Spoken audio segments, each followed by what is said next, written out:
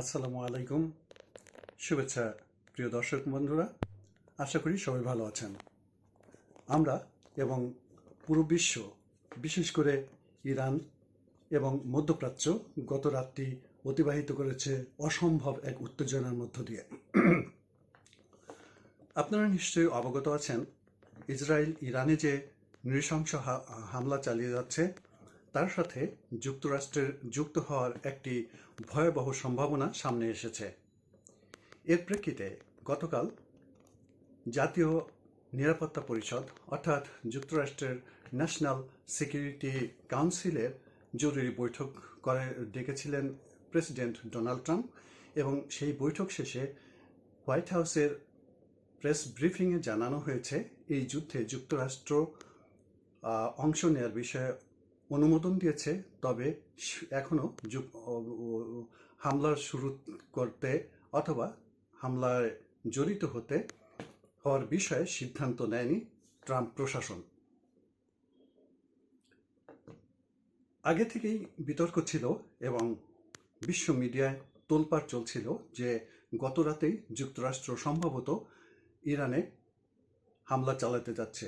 বিশেষ করে এই খবরটি আরও সামনে আসে, ভয়াবহতা আরও সামনে আসে এই জন্যে যে ইরানে যে ফোর্দো পারমাণবিক স্থাপনা আছে একটি পাহাড়ের নিচে, সেটি কোম নগরীতে, একটি পাহাড়ের নিচে ৮০ মিটার গভীরে, সেখানে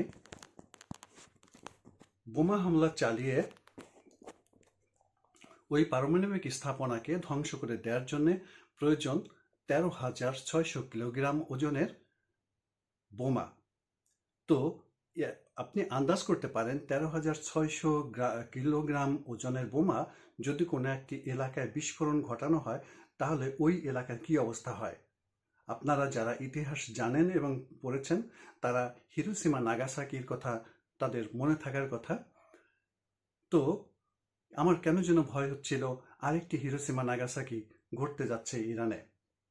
তবে ব্রিটিশ প্রধানমন্ত্রী স্যার কিয়ের স্টারমার তিনি অনুরোধ জানান ট্রাম্পকে সরাসরি যুদ্ধে অংশ না নিতে, এবং আন্তর্জাতিক বিশ্ব থেকে জোরালো আহ্বান ছিল। তারই প্রেক্ষিতে হয়তো তিনি শেষ মুহূর্তে সিদ্ধান্ত বদলেছেন এবং ইরানকে ২ সপ্তাহ সময় দিয়েছেন। এর মধ্যে সমঝোতায় আসতে বলা হয়েছে। ফলে এই যুদ্ধে জড়িত হওয়ার জন্য যুক্তরাষ্ট্র ইরানকে ২ সপ্তাহ সময় দিচ্ছে। এই ২ সপ্তাহ সময়ের মধ্যে ইরান যদি পারমাণবিক কর্মসূচি নিয়ে আলোচনার টেবিলে না আসে তাহলে পরে যুক্তরাষ্ট্র ইসরায়েলের সাথে ইরানে হামলা চালাবে, এবং তার প্রেক্ষিতে যুক্তরাষ্ট্র এরই মধ্যে তার সামরিক প্রস্তুতি সম্পন্ন করেছে। আপনারা জানেন যে ভূমধ্য সাগরে মোতায়েন করা হয়েছে ইউএসএস নিমিৎজ, এবং আগে থেকেই সেখানে মোতায়েন করা ছিল ইউএসএস ভিনসন নামে যুদ্ধজাহাজ।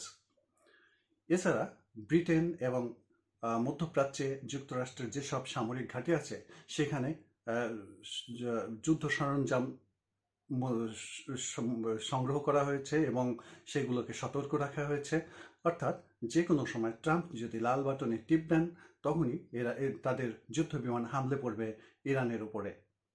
আপাতত যে ২ সপ্তাহ সময় দেওয়া হয়েছে, সেই সময়ের মধ্যে আমরা আশা করি যে শুভ বুদ্ধির উদয় হবে প্রত্যেক পক্ষে, এবং তারা শান্তি আলোচনায় ফিরে আসবে, এই প্রত্যাশা